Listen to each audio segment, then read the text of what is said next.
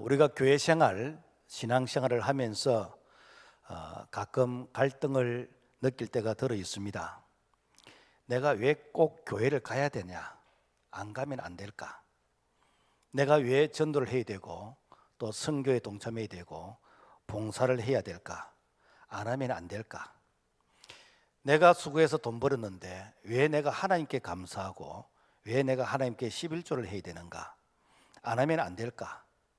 이런 질문과 갈등은 한마디로 내가 누구냐에 대한 정체성에 대한 질문인 것입니다. 내가 누구냐에 대한 이 정체성이 바로 자신의 믿음과 신앙의 방향과 칼날을 결정하게 되어집니다.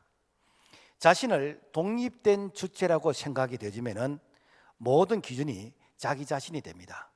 내가 예수를 선택하고 내가 교회를 선택하고 내가 믿음을 선택하고 내가 신앙생활을 선택한다라고 생각을 합니다. 그래서 교회에서 내가 예배 드리고 싶으면 드리는 것이고 기도하고 싶으면 기도하는 것이고 내가 봉사를 하거나 내가 전도를 하거나 이것은 나의 선택이다라고 생각합니다. 왜냐하면 내가 주체이기 때문에. 이런 자를 휴머니즘, 바로 인본주의자다라고 얘기를 합니다. 그러면서도 내가 교회를 떠나지 못하는 이유는 내가 종교 생활을 통해서 내가 마음의 위로를 얻고 평안을 얻는 그런 유익이 있다라고 생각합니다. 이런 자들은 자신의 목적을 위해서 내가 교회를 다니고 자신의 어떤 소원 성취를 위해서 하나님의 이름을 사실은 이용하는 자지요. 그래서 오랫동안 이런 생활을 하다 보면은 내가 교회 생활에 아주 익숙해져서 교회 프로그램에 잘 적응한 그런 종교인이 될 위험성이 되게 많이 있습니다. 이런 자를 향해서 예수님은 이렇게 말씀하셨습니다. 마태복음 15장 8절 보면은 이 백성이 입술로는 나를 공경하되 내 마음은 내게서 이렇게 멀어지도다. 그러니까 입으로는 하나님을 찬양하고 입으로는 내가 믿음의 말을 하는데 실제 마음은 동의하지 않는다라는 것입니다. 우리는 누가 이런 휴머니즘의 이런 인본주의자인지 우리는 모릅니다. 그렇지만 성경은 열매를 통해서 알 수 있다라고 얘기하고 있습니다. 마치 우리가 이 겨울에 이 나무가 감나무인지 이게 배나무인지 사과나무인지 모릅니다. 그런데 봄에 꽃이 피고 그리고 가을에 열매를 맺는 거 보면 이 나무가 감나무였구나, 이 사과나무였구나 라는 것을 열매를 보면서 알게 됩니다. 인본주의의 열매는 무엇인가? 마태복음 7장 21절 말씀 보면은 나더러 주여 주여 하는 자마다 다 천국에 들어갈 것이 아니요 다만 하늘에 계신 내 아버지의 뜻대로 행하는 자라야 들어가리라 라고 했습니다. 내가 주여 주여 하면서 열심히 살았지만은 그러나 내 마지막 종착역, 내가 내 삶이 끝나고 천국에서 눈을 뜬다는 이 확신과 보장이 없다면은 내가 열심히 살았다 할지라도 그 인생은 허무하다라는 것입니다. 그렇지만은 나는 하나님의 것이다. 나의 나 된 것은 하나님의 은혜라고 고백하는 자들이 있습니다. 이런 자들은 만세 전에 하나님께서 나를 택하셨고 때가 되매 말씀으로 나를 부르셨고 그리고 나에게 믿음을 주시고 그리고 예수를 주라고 고백하게 되어지며 하나님의 자녀가 되어지고 이 땅에 살지만은 내가 천국의 이 시민권을 가진 천국의 백성이 된 것, 이것은 나의 실력으로 된 것이 아니라 오직 하나님의 절대적인 주권이다. 그래서 바울은 이 사실에 대해서 이렇게 고백합니다. 고린도서 3장 23절 너희는 그리스도의 것이요 그리스도는 하나님의 것이니라. 즉 내가 주님의 것이면은 나는 하나님의 것이다 라는 것입니다. 그래서 하나님의 것이라고 고백하는 자들은 하나님의 말씀에 순종하게 되는 것이고 내가 크고 작은 시련과 어떤 문제가 있을 때 하나님은 뭐라고 말씀하시는가? 성경은 뭐라고 말씀하시는가? 내가 하나님 앞에서 겸손하게 무릎을 꿇고 하나님의 도움을 구하는 바로 이런 자가 바로 하나님의 것이라고 고백하는 자이다 라는 것입니다. 결국에 모든 문제는 내가 누구냐의 문제인 것입니다. 내가 주체이냐 아니면은 그리스도가 주체이냐, 이 질문에 대한 나의 이 궁금증이 해결되지 아니하면은 어쩌면 우리는 아주 교회 생활에 잘 적응한 그런 익숙한 그런 종교생활, 어쩌면 모태신앙이라 할지라도 나는 종교인으로서 내 삶을 살 수가 있다라는 것입니다. 그렇지만은 내 모든 것이 하나님의 것입니다. 하나님이여, 나의 생명도 하나님의 것이고, 나의 자존도 하나님의 것이고, 내 사업장도 하나님의 것이고, 나의 건강도 하나님의 것이고, 나의 재능도 하나님의 것이고, 모든 것이 하나님의 것이라고 고백하면은 하나님이 책임을 지십니다. 하나님은 하나님의 것이라고 하는 그 영역만 하나님이 책임을 지시고, 내 것이라고 하는 부분에 대해서는 하나님이 책임지지 않습니다. 우리가 목욕탕이나 이런 사우나실에 가면은 이렇게 기중품은 주인에게 맡기시기 바랍니다. 맡기지 않는 것은 책임지지 않습니다. 오늘 우리가 하나님께 맡긴 그 영역만 하나님이 책임지시고, 내 것인데 하나님이 도와달라고 하는 데는 절대로 하나님께서 개입하지 않습니다. 자, 그렇다면은 왜 우리가 하나님의 것이냐? 태초에 하나님이 천지를 창조하셨다. 오늘 우리가 영상을 볼 때 첫째 날, 둘째 날, 셋째 날, 넷째 날, 다섯, 여섯째 이렇게 쭉 하나님께서 창조하신 그 창조의 그 영상을 보게 되어졌습니다. 자, 하나님이 천지를 창조하셨는데 세상은 뭐라고 말하고 있는가? 세상은 우연히 만들어졌다는 것입니다. 그래서 사람도 우연히 이렇게 생기게 되었고, 모든 것이 다 우연이다라고 얘기합니다. 그렇지만 분명한 것은 하나님은 창조다. 창세기 1장 27절, 하나님이 자기 형상 곧 하나님의 형상으로 사람을 이렇게 남자 여자를 창조하시고, 절대로 진화가 아니다라는 것입니다. 하나님께서 창조하셨다. 그런데 이 진화론자들은 이렇게 수억만 년 전에 우연히 작은 이 먼지에서 거기에서 아메바가 발생하게 되는 것이고, 진화의 진화를 거듭해서 나중에는 이 원숭이가 되어지고, 이 원숭이에서 우리 인간이 만들었던 이 가설이 마치 진리인 것처럼 학교 교과서에서 이렇게 가르칩니다. 그러니까 내가 점수를 잘 받기 위해서는 그 교과서에서 가르치는 것을 내가 동의하지 않아도 거기에 내가 암기를 하고 그 질문에 요구하는 답을 써야만이 사실은 수능 성적이 좋게 나올 수가 있겠죠. 자, 그렇다면은 이 작은 먼지에서 인간이 될 수 있는 확률이 어느 정도 되어지는가? 제가 창조과학회 그 교수님하고 이렇게 얘기한 적이 있는데, 작은 먼지에서 진화의 진화를 거듭해서 인간이 될 수 있는 이 확률은 마치 비행기를 하나 만드는데 부속이 20만 개가 들어간대요. 그 20만 개 들어가는 그 부속을 전부 다 오버를 다 풀어서 이것을 비행기만한 깡통을 만들어 가지고 그 비행기만한 깡통 드럼 속에 이 부속을 다 이렇게 섞어 놓고 짤짤이 하듯이 막 흔들었더니 어느 순간 비행기가 다 조립이 되어서 이 활주로를 나오는 그 정도의 확률이 바로 이 먼지에서 인간이 될 수 있는 그 진화론자들의 그들의 가설의 주장이라는 것입니다. 분명한 것은 하나님께서 사람을 창조하시고 하나님 보시기에 심히 좋았더라고 감탄하셨습니다. 왜 하나님이 감탄하셨는가? 그 이유는 하나님이 자기 형상 곧 하나님의 형상을 닮은 자, 소위 말해서 하나님의 인격, 하나님의 속성을 닮은 존재이기 때문에 하나님께서 이렇게 감탄하시고 하나님께서 좋았더라고 말씀하신 것입니다. 마치 이렇게 자녀가 부모를 닮았을 때 남들은 내 자녀가 이렇게 눈이 작다 어쩌다라고 하더라 할지라도 부모가 볼 때는 세상에서 제일 예쁘고 제일 잘생겼습니다. 왜? 바로 나를 닮았기 때문에.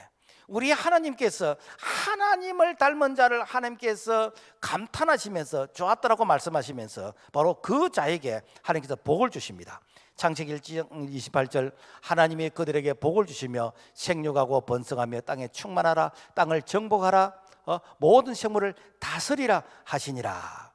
자, 그래서 하나님의 형상이 온전하게 있을 그때에 하나님께서 모든 것을 다스리라고 우리에게 그런 자녀의 권세, 그런 특권을 주셨는데, 그런데 문제는 왜 생육, 번성, 충만, 정복, 다스리는 이런 축복이 우리에게 없느냐? 있다 할지라도 이런 것들이 부분적으로 있고 온전하게 왜 없느냐라는 것입니다.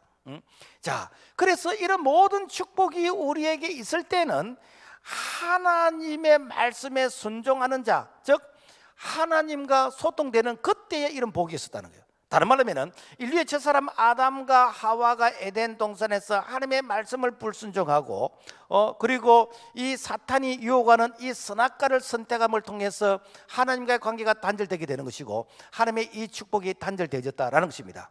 그렇다면 그 선악과가 무엇인가? 그 선악과는 마치 신비한 어떤 마술이 들은 그런 독이 들어있는 그런 열매가 아니고 이 선악과는 무엇인가? 선이 무엇인지 악이 무엇인지 지식의 나무이다라는 것입니다. 그러니까 이 선악과를 먹게 되어지면은 이제는 내가 기준이 되어져서 선이 무엇인지 악이 무엇인지 내 판단에 의해서 이제는 모든 것을 결정하게 된다는 것입니다. 이게 무엇인가? 바로 인본주의다. 그래서 내 기준에 의해서 내가 예수를 선택하고 내 기준에 의해서 내가 믿음을 선택하고 내 기준에 의해서 내가 예배를 선택하고 내 기준에 의해서 이 순종과 이 헌신을 선택하는 것입니다. 심지어는 천국과 지옥도 내가 선택한다고 생각하는 것입니다. 이런 사람들은 하나님을 신뢰하기보다는 내가 소유하고 있는 것, 그래서 돈이나 건강이나 지식이나 재물 이렇게 눈에 보이는 이런 것들, 이것을 하나님보다 더 신뢰하게 되어지는, 왜? 내가 선택했기 때문에. 바로 이런 모습이 아담 이후에 모든 사람들의 삶의 인본주의 모습이다라는 것입니다. 자, 그렇다면 왜 예수님께서 이 땅에 오셨는가? 하나님과의 관계가 단절된 이 관계를 다시 회복하기 위해서, 예수 그리스도는 다시 회복하기 위해서 오셨다라는 것입니다. 그래서 하나님이 말씀하시던 그분이 육신의 몸을 입고 이 땅에 오셔서, 그래서 하나님과 우리와의 끊어진 이 관계를 다시 회복시켜 주시는데, 이 요한복음 1장 14절 말씀 보면은 말씀이 육신이 되어 우리 가운데 거하시며 우리가 그 영광을 보니 아버지의 독생자의 영광이요 은혜와 진리가 충만하더라. 무슨 말인가? 죄는 내가 지었는데 내가 이 죄의 결과로 말미암아 사망 죽음, 이 죄의 결과로 말미암아 하나님과 우리와의 관계가 이 단절되어지는데, 그런데 하나님이 육신의 모습을 입고 이 땅에 오셔서 하나님께서 우리의 죄를 대신 담당하시고 하나님과 우리와의 관계를 다시 회복하기 위한 그러한 목적으로 이 땅에 오셨는데, 이것을 갖다 뭐라 그런가? 바로 성육신이다. 성육신. 그래서 크리스마스는 바로 하나님이 인간의 몸을 입고 이 땅에 오신 날이다라는 것입니다. 사실요, 우리가 이것을 믿음으로 받아들이는 것이 그렇게 쉽지는 않습니다. 이게 우리의 이성과 지식으로는 이게 안 받아들여집니다. 특히 윤회 사상을 믿는 불교의 이런 사상을 가진 자들은 더 이게 안 믿어지는 거예요. 인도의 한 청년이 미국에 유학을 가서, 그래서 미국은 기독교 문화의 그런 국가이잖아요. 그래서 이제 친구가 이 복음을 전하는 것입니다. 하나님이 세상을 이처럼 사랑하셨는데 하나님이 우리를 구원하시기 위해서 육신의 몸을 입고 이 땅에 오신데 그분이 예수님이다 라고 쭉 설명을 했어. 그래서 예수님께서 가난한 자, 병든 자, 이렇게 귀신들 자, 고쳐주는 이런 것들은 참 존경하고 싶은데 어떻게 그분이 하나님이냐는 거예요. 어떻게 그분이 육신의 몸을 입고 이 땅에 오시냐는 거예요. 이거는 내가 동의할 수 없고 이거는 내가 인정할 수 없다는 것입니다. 그래서 이게 안 풀리는 거예요. 그런데 한 분은 이렇게 산책을 하는데 이 바다 한 모퉁이에 이 개미들이 막 이게 집을 지어놓고 열심히 들어가고 나가고 하고 일을 합니다. 그런데 또 바다 한 모퉁이에는 이 트랙터가 땅을 갈고 있는 거예요. 조금 있으면은 이 개미짐이 완전히 전복되는 것입니다. 다 죽게 됩니다. 그래서 야, 이 개미들아, 내가 보니까 트랙터가 지금 밭을 갈고 있는데 너희들 빨리 도망가야 된다. 도망가지 않으면 너희 죽는다. 아무리 이야기해도 못 알아듣는 겁니다. 이때에 이 청년이 내가 개미가 되어서 개미 무리 속에 들어가서 개미들아, 내가 트랙터를 봤는데 좀 있으면 우리 죽는다. 빨리 우리가 도망가야 된다 라고 이 얘기를 하면은 이 개미들이 알아듣지 않을까? 하나님이 우리에게 말씀하시는데 우리가 못 알아듣는 거예요. 그래서 영이신 하나님이 육신의 몸을 입고 이 땅에 오신 분이, 그분이 바로 예수 그리스도인데, 그분이 바로 성육신 하신 완전한 하나님이시고 완전한 인간이시다라는 것입니다. 그래서 예수님이 육신의 몸을 입고 이 땅에 오셔서 그분이 죄는 우리가 지었는데, 내가 지는데 대신 대속의 죽음으로서 십자가에서 죽으시는데 그냥 죽은 것이 아니고 다 이루었다. 테테레스타 다 이루었다. 뭘 이룬가? 아담 이후로 지었던 모든 과거의 죄, 현재 짓고 있는 죄, 미래에 지을 죄까지 내가 십자가에서 죄값을 다 갚았다. 누구든지 십자가 예수 그리스도를 믿게 되어지면은 바로 예수도 그분께서 이 첫사람 아담이 범했던 그 선악과를 다 십자가에서 반납하고 우리에게 부활로서 영원한 생명, 바로 생명나무를 주셨기 때문에 예수 그리스도 그분을 통해서 우리가 생명을 되어진다라는 것입니다. 그래서 예수를 믿으면 멸망하지 않고 영생을 얻는 것은 바로 예수 그리스도 그분이 생명나무시요. 그래서 생명나무 대신 예수 그리스도 그분을 먹음으로 말미암아 우리에게 생명이 되는 것이고, 그리고 그분의 말씀을 계속해서 순종하면서 살아갈 때에 생명을 얻는 자들이 풍성히 얻게 되지는 이런 은혜 안에 살아가게 되어지는 것입니다. 자, 그래서 바울은 이 사실을 이렇게 고백하고 있습니다. 갈라디아서 2장 10절, 내가 그리스도와 함께 십자가에 못 박혔나니 그런즉 이제는 내가 사는 것이 아니요 오직 내 안에 그리스도께서 사시는 것이라. 이제 내가 사는 것은 하나님의 아들을 믿는 믿음 안에서 사는 것이라. 내가 그리스도와 함께 못 박히게 되지면은 예수의 죽음이 나의 죽음이 되는 것입니다. 그리고 내가 그리스도 그분과 함께 연합하게 되지면은 그분이 죽은 지 살만에 부활하신 그 부활이 우리에게 새 생명의 이 부활이 되는 것입니다. 그래서 우리가 예수 그리스도 그분을 믿음으로 말미암아 우리가 하나님을 아빠 아버지라고 부르게 되어지는 것이고 하나님의 자녀가 되는 그런 특권을 누리게 되어지는 것입니다.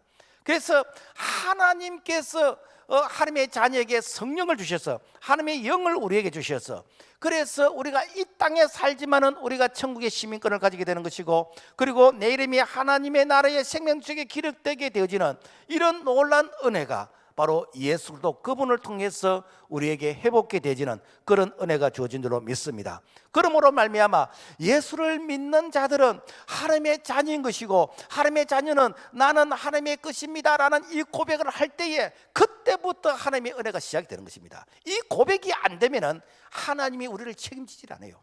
이 고백이 안 되면은 기도해도 종교인이지 내 기도가 응답이 안 됩니다. 그래서 우리의 최고의 갈등이 무엇인가? 내가 주체냐, 그리스도가 주체냐, 내가 하나님의 것이라고 고백하는, 내 안에 그리스도가 산다고 고백하는 이것이 바로 고백이 될 때 그때부터 하나님이 우리 인생에 개입하시는 것이고 그때부터 하나님이 우리 인생에 책임져 주시는 줄로 믿습니다. 자, 그렇다면 우리는 하나님의 것이라는 이 고백이 모든 삶의 영역에서 고백이 되어지게 됩니다. 예수 안에 있는 자는 하나님의 자녀인데, 그런데 하나님의 자녀이지만은 어떤 부분은 하나님께 내가 신뢰하고 맡기고 어떤 부분은 하나님을 신뢰하지 못하는, 그래서 부분적으로 하나님을 신뢰하는, 그래서 양다리를 걸치는 이런 신앙생활을 할 그런 염려가 많이 있습니다. 이런 자들은 하나님께서 우리를 온전하게 우리에게 은혜를 주시지 않습니다. 그래서 하나님께 맡긴 그 영역만 하나님께서 우리에게 은혜를 주시는 것입니다. 다른 말로 하면 우리가 기도해도 응답이 안 되는 부분이 있어요. 그건 무엇인가? 하나님과 우리와의 관계가 이게 이 소통이 이렇게 막혔다든지 단절되어 있는, 다른 말로 하면 하나님을 신뢰하지 않는 그 영역이 내게 각 부분들마다 있을 수가 있다라는 것입니다. 그래서 제일 중요한 구원이 무엇인가? 하나님의 주권, 하나님의 영역인 것입니다. 예수님이 이 땅에 오신 것은 죄인들을 불러서 해결시키기 위해서 오셨는데, 그런데 사실은 예수님이 이 땅에 오신 것은 세상 모든 사람들을 다 죄인들을 해결시켜서 구원시키는 게 아니에요. 예수님이 오신 건 무엇인가? 이름을 예수라라. 이는 그가 자기 백성을 죄에서 구원할 자이심이라. 예수님이 오신 건 무엇인가? 자기 백성을 구원하기 위해서 이 땅에 오신 것이요. 그래서 지금도 예수님은 택하신 자들을 구원하시는 것입니다.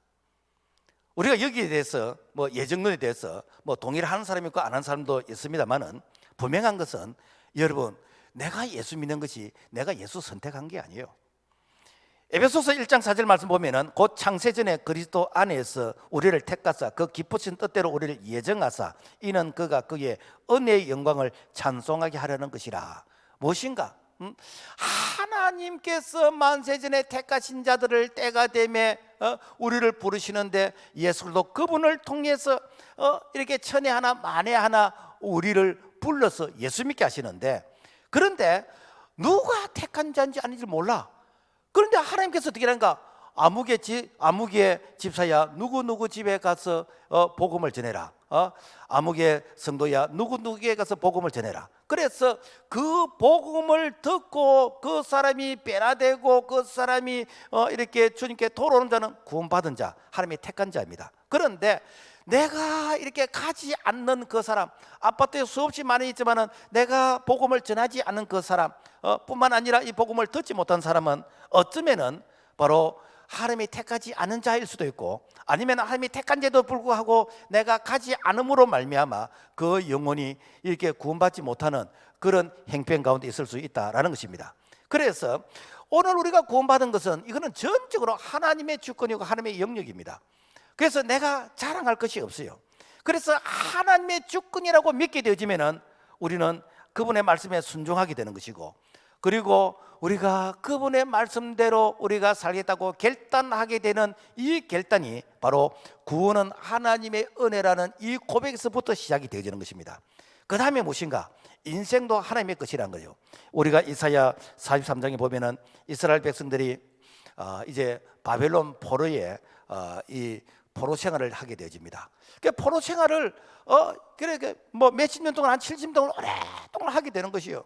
우리가 일제 강점기 때 30년 동안 우리가 일본의 강압적인 그런 정책에서 우리 민족이 얼마나 고통을 겪었습니까? 그런데 이 이스라엘은 70년 동안 바벨론 포로 생활했어요. 그러니까 소위 말해서 우리의 인생은 어떻게 될 것이고 우리 민족은 어떻게 될 것이고 우리나라는 어떻게 될 것인가. 그러니까 이렇게 염려와 불안과 근심과 걱정이 뭐 태산 같습니다.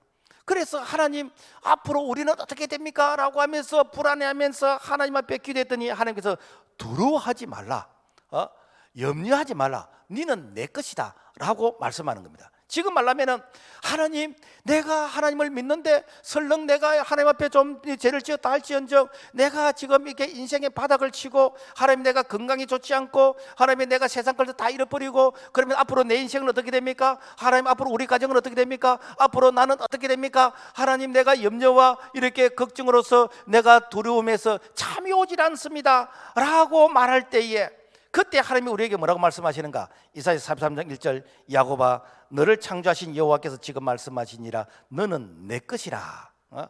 대저 나는 여호와 너 하나님이요 너의 구원자임이라. 걱정하지 마라. 네가 하나님의 자녀라고 네가 고백하느냐? 너는 내 것이다. 네가 물 가운데를 지날 때에 물이 침몰하지 못할 것이고 네가 불 가운데를 지날 때에 불꽃이 너를 사라지지 못할 것은 너는 내 것이라. 내가 너의 구원자라는 거예요. 하나님은 지금도 하나님의 자녀라고 고백하는 자, 하나님의 것이라고 고백하는 자에게는 우리에게 어떤 한란 시련 고난 어려움이 있다 할지라도 하나님께서 구원해 주시는 그 구원의 놀라운 은총을 오늘 우리 모두가 누릴 수 있는, 그래서 내 인생은 전적으로 하나님의 것이라고 고백을 하는 우리 모두가 되기를 주의 이름으로 부탁을 드립니다. 뿐만 아니라 우리의 영혼도 하나님의 것인 것입니다. 누가복음 12장에 보면은 예수님이 비유로 한 부자 이 얘기를 하게 됩니다. 이 부자는 이 땅에서 잘 사는 것이 이것이 자기 목적이요. 그래서 농사를 잘 지어서 그러면서 이 부자가 이렇게 말합니다. 내 영혼아 여러 해 쓸 물건을 많이 쌓아두었으니 평안히 먹고 마시고 즐거워하자. 그러니까 이 땅에서 내가 많은 이렇게 재물을 모으면은 내가 여러 해 동안은 평안하게 살 수 있을 거라고 생각하는 거예요. 이때에 하나님이 부자에게 이렇게 말씀하십니다. 어리석은 자가여 오늘 밤에 너 영혼을 도로 찾으리니 그러면 너가 준비한 것이 누구 것이 되겠느냐 하시니라. 나는 이 땅에 많은 것을 쌓아놓으면 행복하게 오래오래 이렇게 근심 걱정 없이 살 것이라 생겼는데 오늘 밤에 네 영혼을 불러가 버린다면 네가 준비한 것이 누구 것이 되겠느냐라는 것입니다. 무슨 얘기인가? 오늘날 우리에게 영혼의 가치를 모르고 이 땅의 육신의 어떤 소욕이 전부 것이라고 생각을 하고 내가 육신의 어떤 욕망을 위해서 살아가고 있는 이런 자들은 참으로 어리석은 자이다라는 것입니다. 오늘 우리에게 영혼을 인정하지 않는 자들이 있습니다. 우리 인간을 물질이라고 이렇게 주장하는 자들이 있습니다. 그래서 물질만 있으면 이 땅에서 파라다이스 왕국을 건설할 수 있고, 이 물질의 분배만 잘하게 되면 전쟁이 없고 평화가 있을 것이라고 하면서 우리 인간을 영적인 존재가 아니라 물질적인 존재로 가르치는 것이 바로 이게 공산주의 사상인 것입니다. 그래서 공산주의는 우리 인간을 물질로 이해하기 때문에, 우리의 영을 인정하지 않기 때문에 그들은 소나 개나 돼지를 죽이는 거나 사람을 죽이는 거나 똑같은 원리에서 생각합니다. 목적을 위해서 사람을 죽이는 게 대해서 저는 눈도 깜짝하지 않아요. 그래서 하나님을 인정하지 않고 영혼을 인정하지 않는 자에게 왜 하나님께서 복을 주시겠습니까? 그래서 전 세계에 공산주의 이런 사상을 가진 나라는 전부 다 가난하고 전부 다 어떻게 된가, 다 인간의 인권이 그야말로 이 말살되지는 이런 정책 가운데 살아가고 있죠. 왜 그렇죠? 그 영혼의 중요성을 인정하지 않기 때문에. 자, 그래서 오늘 우리의 목표는 우리가 육신적으로 잘 사는 것, 이것이 목적이 아니라 우리는 영혼이 잘 되는 것에 목적을 드려야 됩니다. 영혼이 잘 되면 그 다음에 범사가 잘 되고 강건하게 되는 것은 하나님이 주시는 축복의 원리인 것입니다. 그러므로 우리는 내 영혼이 하나님 앞에서 은총을 입을 수 있는 이런 선한 욕심을 가지고, 내가 은혜 자리에 참여하고, 내가 말씀을 묵상하고, 내가 믿음으로 살려고 애를 쓰고, 이렇게 할 때 하나님께서는 우리 영혼이 잘 되는 축복을 통해서 범사가 잘 되고 행동케 하시는 그런 은혜 안에 우리 모두가 갈 수 있기를 주님의 이름으로 부탁을 드립니다. 뿐만 아니라 건강도 하나님의 것이란 것이죠. 우리가 창세기 1장에 보면은 하나님이 사람을 창조하시고 보시기에 심히 좋았더라라고 말씀하고 있습니다. 자, 그런데 하나님이 창조하실 때는 심히 좋았어요. 하나님이 창조할 때는 질병도 없었습니다. 사건 사고도 없었습니다. 그런데 왜 오늘날 우리에게 좋지 않은 질병이 있고 이렇게 마귀에게 고통을 당하게 되는 것이고, 여러 가지 크고 작은 사건 가운데서 우리가 어려움을 당하느냐? 그 이유가 무엇인가? 그 이유는 바로 첫사람 아담이 하나님 앞에서 범죄한 이후로부터 우리 영혼이 병들게 되었고, 그리고 우리의 마음이 부패하게 되었습니다.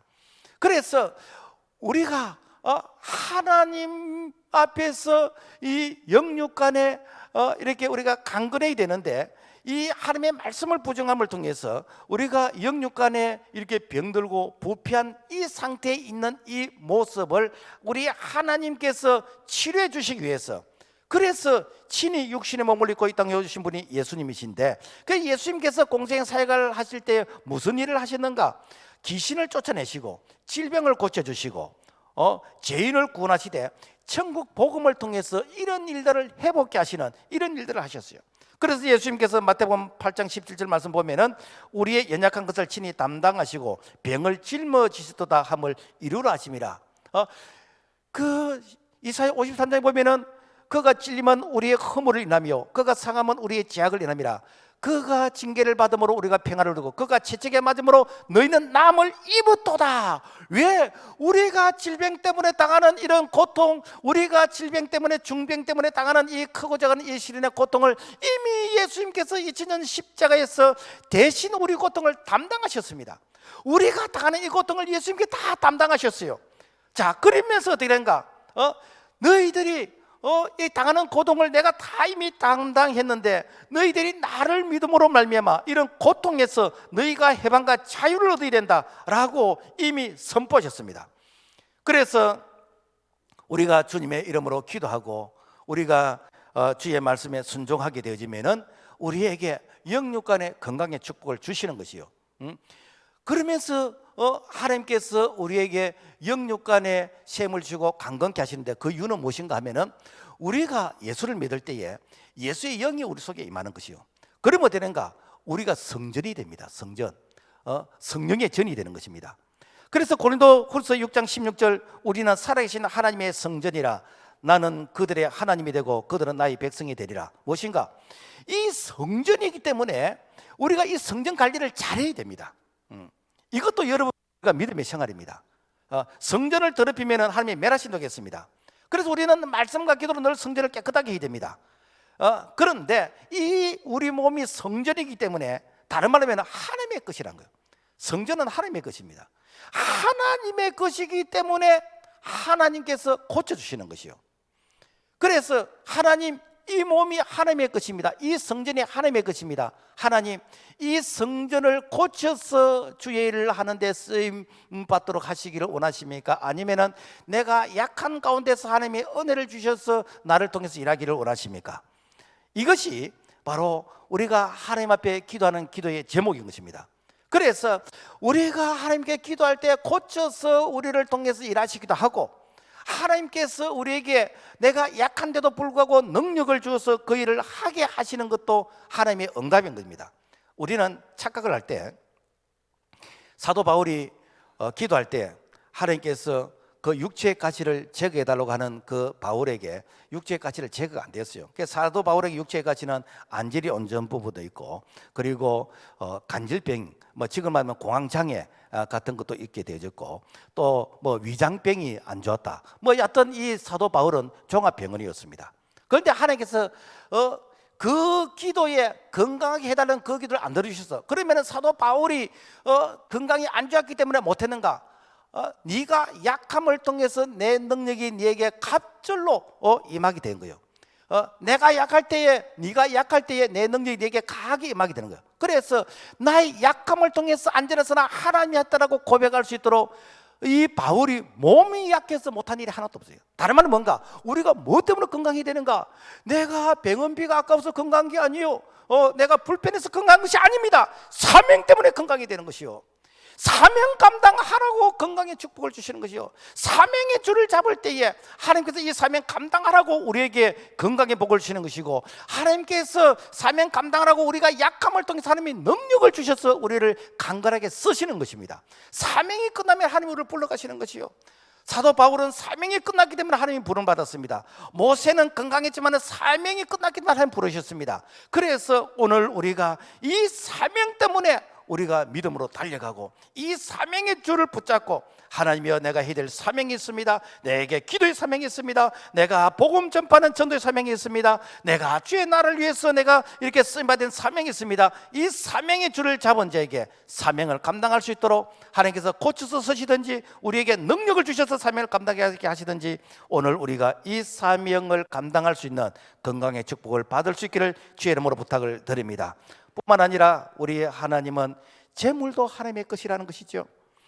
교회 다니는 분들이 가장 많이 고민하는 것 중에 하나가 뭔가 하면은, 내가 버렸는데 내 것인데 왜 하나님께 감사하라 그러지? 응? 왜 하나님께 11조하라 그러지? 그래서 안 하고 싶은 마음 가운데서 내가 인터넷이나 유튜브에 들어가 보니까 여하튼 안 해도 된다는 이런 말들이 많이 있고, 유튜브에 보니까 그런 말들이 들어있어. 그래서 그러면 그렇지 라고 하면서 자기를 합리화시키고 자기를 위로하려고 그럽니다. 성경은 분명하게 말씀하고 있습니다. 11조는 하나님의 것이라고 했습니다. 히브리인들의 그 사상 가운데 하나님의 것이라는 건 뭔가 하면, 이것은 내 것이 아니다라는 것을 전제로 해서 하나님의 것이라는 것이에요. 그래서 히브리인들은 11조를 들 때 내 것을 내가 아껴서 드린다고 하는 것이 아니라 하나님의 것을 구분해서 드린다라는 이 표현으로서 11조를 드리는 것입니다. 그래서 하나님의 것에는 11조만 하나님의 것이 아니라 사람과 짐승과 모든 곡식과 과일과 첫 또는 첫 열매까지 하나님의 것이라, 무엇인가 모든 것이 하나님의 것이라는 거예요. 우리가 설교 전에 이 천지창조에 대해서 영상을 이렇게 보았는데 모든 것이 하나님의 것입니다. 그래서 하나님의 것을 우리는 관리하고 사용하고 이용하고 우리는 가공하는 하나님의 것을 우리가 빌려 쓰고 있는 것입니다. 그래서 모든 것이 하나님의 것이라는 이 고백이 무엇인가? 이게 바로 11조라는 것이죠. 그래서 로마서 11장 36절, 이는 만물이 주에게서 나오고 주로 말미암고 주에게로 돌아감이라, 그에게 영광이 세세에 있을지어다. 그래서 모든 게 하나님께 이 고백을 하는 것이 무엇인가? 이게 재물은 하나님의 것이라는 거예요. 그런데 목사님, 재물이 하나님의 것이라고 안 해도 사는데 아무 지장이 없고 이렇게 물질의 복을 많이 받는 사람들 주변에 많이 있던데요. 많이 있습니다. 그게 자연 은총입니다. 그래, 우리 하나님은 하나님을 안 믿어도 공부 열심히 하면 공부 잘합니다. 내가 열심히 일하면 일한 것에 대한 보상을 받게 합니다. 내가 수고한 것에 대해서 받게 합니다. 그런데 하나님의 것이라고 고백하는 자에게는 하나님이 밀어주시고 끌어주시고 도와주시고 위경 가운데 하나님께 보여주시고 전대의 구멍을 막아주시고 하나님께서 되게 하시는 것입니다. 뿐만 아니라 하나님의 것이라고 고백하는 자에게는 절대로 물질을 가지고 장난치지 않습니다. 물질을 가지고 교만하지 않습니다. 물질을 가지고 죄를 짓지 않습니다. 그래서 온전한 11조라는 뜻은 뭔가 하면 이것은 금액을 속이지 않는 것도 온전한 11조지만은 10의 9도 하나님의 것이란 이 고백입니다. 그러니까 10의 9도 하나님이기 때문에 내가 돈 가지고 죄를 짓거나 돈 가지고 내가 못된 짓을 하거나 돈 가지고 내가 이렇게 사람들을 울리는 그런 일을 안 한다는 거예요. 왜? 이 모든 것이 하나님의 것이기 때문에 하나님 이 돈 어떻게 쓸까요? 어떻게 쓰는 것이 이렇게 가장 보람 있게 쓰는 것이고 어떻게 쓰는 것이 하나님이 기뻐하시는 일입니까? 라고 하면서 물질을 사용하기 때문에 이 물질을 주신 만큼 복이 되는 것이고 이것이 주변의 사람들을 윤택하게 하는 것이지만은 하나님을 모르는 가운데서 이렇게 물질을 받게 되면 물질이 이게 전부 다 무기가 되어져서 이 물질 때문에 주변의 사람들이 눈물을 흘리게 되고 고통을 당하는 이런 일들이 많이 일어난다라는 것입니다. 뿐만 아니라 땅도 여호와의 것이라는 거예요. 레위기 25장 23절 말씀 보면은 토지를 영구히 팔지 말 것은 토지는 다 내 것입니다. 너희는 거루민이요 동거하는 자로서 나와 함께 있느니라. 토지는 영구히 하나님 것이라는 거예요. 여러분 여기에 있는 이 땅이 천년 전에 누구 것이라고 생각 안 했겠습니까? 그리고 100년 전에 누구 것이라고 생각 안 했겠습니까? 100년 전에 보니까 마을 산이었더라고. 이게 마을의 이 공동산이었더라고. 그리고 지금 교회 산이 되어졌어. 그런데 앞으로 천년 지나면은 또 누구 것이 될지도 몰라. 중요한 건 뭐냐면 하나님의 것을 시대마다 누군가가 관리하고 있는 것이요, 누군가가 사용하고 있는 것이요. 그러면서 등기에 내 이름이 됐으니까 내 것이라고 생각하는데 내 것 아닙니다. 죽을 때 내가 땅 한 평 안 가지고 갑니다. 죽을 때에 내 간이 뭉치는 거 한 평이면 충분합니다. 그렇다면 무엇 때문에 하나님께서 이 땅을 우리에게 주시는가? 우리의 필요를 위해서 주시는 것이요. 우리 교회가 여기 세워질 때 하나님 많은 사람들이 허가가 안 나온다 그러는데 하나님 허가가 안 나오는 곳에 어떻게 교회를 세울 수 있습니까? 그때 하나님께서 땅은 여호와의 것이다. 하나님의 것이네. 우리 아버지의 것이네. 우리 아버지의 것이면 아버지가 이렇게 간섭하시면 되겠네. 하나님께서 주신 것이요. 그래서 우리가 주차 공간이 부족하니까 또 하나님께 더 많이 주셨어요. 앞으로 우리가 주차 공간이 더 필요하면 하나님께 더 주실 것입니다. 왜? 하나님은 필요에 의해서 주시는 것이지 우리에게 쌓아놓으라고 주시는 게 아니에요. 오늘날 왜 부동산 문제가 이것이 심각해집니까? 재산 정식을 위해서 내가 쌓아놓기 위해서 부동산을 취하니까 상대적으로 필요한 사람들이 그것을 사용을 못하게 되는 것이죠. 중요한 것은 무엇인가? 모든 것이 하나님의 것이란, 천년 자원, 지하 자원, 곡식같이 해서 모든 것이 다 하나님의 것이다, 하나님의 것이라고 이렇게 고백하게 되어지면은 그러면 되는가? 우리가 하나님께 감사하게 되는 것입니다. 내가 비록 농사를 안 지어도, 내가 이렇게 직장 생활하면서 내가 이렇게 과일 나무 한 그루 내가 안 심어도 모든 것이 하나님의 것인데 하나님의 것 위에 우리가 살아간다라고 내가 인정하게 되지면은 내가 범사에 감사하게 되는 것이고, 내가 이렇게 식사할 때 하나님께 감사 기도하게 되는 것이고, 우리가 모든 부분에서 하나님의 주권을 인정하게 되지는 이것이 무엇인가? 땅이 여호와의 것이라고 인정하는 자에게 하나님의 필요를 따라서 공급해 주시고 우리에게 은혜를 주신 줄로 믿습니다. 그러면은 우리가 어떻게 살아야 될까? 하나님의 영광을 위해서 살아야 된다는 것이죠. 고린도서 10장 31절 그런즉 너희가 먹든지 마시든지 무엇을 하든지 다 하나님의 영광을 위해서 하라. 그럼 도대체 하나님의 영광이 뭐냐? 사람들이 이 영광에 대해서 오해를 합니다. 마치 올림픽에서 금메달을 따면은 거기에서 무릎 꿇고 기도하면은 하나님이 영광 받으신 것처럼, 또 무슨 기자가 이렇게 인터뷰할 때 먼저 하나님께 영광을 돌립니다 라고 할 때 그게 하나님의 영광인 건가? 내가 무슨 시험에 합격을 하고 내가 승진을 하고 사업이 잘 되면은 하나님의 영광 돌리는 것인가? 반대로 내가 올림픽에서 금메달을 따지 못하고 내가 시험에 합격하지 못하고 내가 사업에 어려움을 당하면은 하나님의 영광 가리는 것인가? 영광이 그런 뜻이 아니라는 거예요. 이 영광은 이게 그 의미가 뭔가면은 그 영광이는 그 뜻에는 생각하는 것이란 그런 뜻이 있습니다. 그래서 하나님의 영광이라는 하나님의 생각이 우리에게 전달되어져서 하나님의 생각을 우리가 드러낼 때, 다른 말이면 하나님이 하나님 되심을 우리를 통해서 드러낼 때에 하나님의 영광 받으신다는 거예요. 그래서 하나님의 생각을 우리가 다른 사람에게 전하는 거, 하나님의 생각을 우리가 살아드리는 거, 하나님의 생각을 우리가 실천한 이것이 하나님께 영광이라는 것이요. 그래서 요한복음 1장 14절 말씀 보면은 말씀이 육신이 되어 우리 가운데 거하시며 우리가 그 영광을 보니 아버지 독생자의 영광이요 은혜와 진리가 충만하더라. 자, 이 말씀이 육신이 된 것이 왜 하나님의 영광이냐면은 하나님의 뜻은 인류를 구원하기 원한 것이 하나님의 뜻입니다.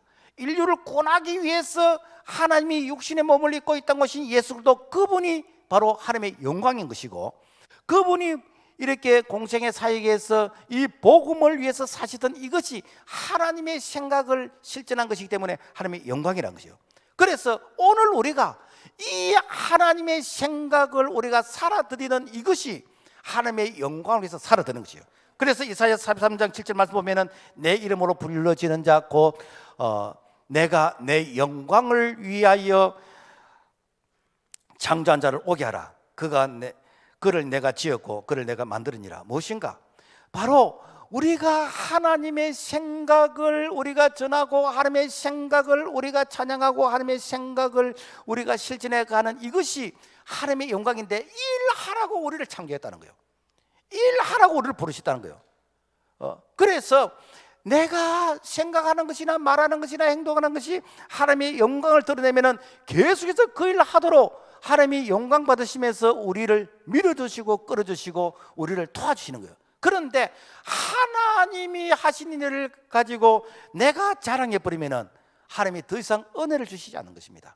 그래서 우리가 이렇게 예수 믿게 되어진 거, 우리가 이렇게 믿음의 생활하는 거, 내가 은사와 재능을 받은 거, 내가 직분 받은 거, 이게 전부 다 내 영광이 아니고 내 자랑이 아니고 나를 통해서 하나님을 드러낼 때, 그래 니 참 잘한다, 내가 박수 쳐주마, 계속해서 그 일을 하라 라고 하면서 은혜 위에 은혜를 주시는 줄로 믿습니다. 그 다음에 우리가 어떻게 살아야 되는가? 오직 하나님의 은혜로 살아야 된다. 고린도서 15장 10절 내가 나 된 것은 하나님의 은혜로 된 것이니 내가 한 것이 아니오 오직 나와 함께 하신 하나님의 은혜로라. 은혜라는 이 뜻은 뭔가 하면 이것은 값없이 주시는 선물이라는 그런 뜻이에요. 그러니까 내가 받을 수 있는 자격이 있어서 받은 것이 아니고, 받을 수 있는 자격이 없는데도 불구하고 주시는 분의 그분이 나에게 일방적으로 주시는 이게 무엇인가? 은혜입니다. 은혜. 그래서 생명 은혜인 것입니다. 내가 생명을 몇 년까지 살고 싶다고 해서 사라지는 것도 아니에요. 건강도 은혜입니다. 내가 뭐 건강해지고 싶다고 해서 건강해진 것입니까? 하나님이 건강의 은혜를 주신 것이요. 구원도 마찬가지고 재능도 마찬가지고 이런 모든 축복 다 하나님의 은혜입니다. 그래서 다윗은 이 은혜의 가치를 알았기 때문에 다윗은 은혜를 달라고 기도하는데, 시편 86편 3절 주여 내게 은혜를 베푸소서 내가 종일 주께 부르짖나이다. 하나님, 내 실력으로 되는 게 아닙니다. 하나님 은혜를 주세요. 우리 가정에 은혜를 주세요. 우리 사업장에 은혜를 주세요. 우리 교회에 은혜를 주세요. 하나님 나에게 은혜를 주세요. 자격이 없지만 은혜를 주세요. 이 은혜의 가치를 아는 사람은요, 여러분 범사에 감사하게 됩니다. 은혜의 가치를 아는 사람은 겸손해집니다. 은혜의 가치를 아는 사람은 나의 나된 것은 하나님의 은혜라고 하면서 늘 하나님 앞에서 겸손하게 기도의 무릎을 엎드리게 되어집니다. 은혜의 가치를 모르면은 마치 내가 잘났어, 내가 똑똑해서 그래서 내가 했다라고 생각되는데 그것은 가장 어린 수준입니다. 마치 아이하고 아빠가 개울가에 가서 물고기를 잡을 때에 그런데 이게 큰 돌 밑에 물고기 들어갔어.